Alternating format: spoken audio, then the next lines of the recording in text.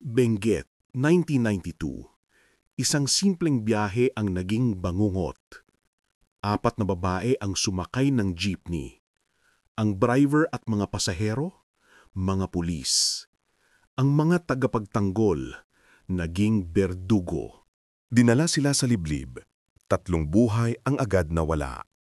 Kasama si Myrna Diones, binaril at iniwang patay sa lupa.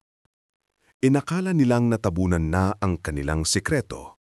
Ngunit may isang nag-iisang kislap ng buhay kay Myrna. Sa kabila ng matinding sugat, gumapang siya.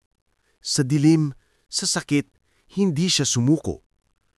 Ang buo niyang kalooban ang nagdala sa kanya sa kaligtasan.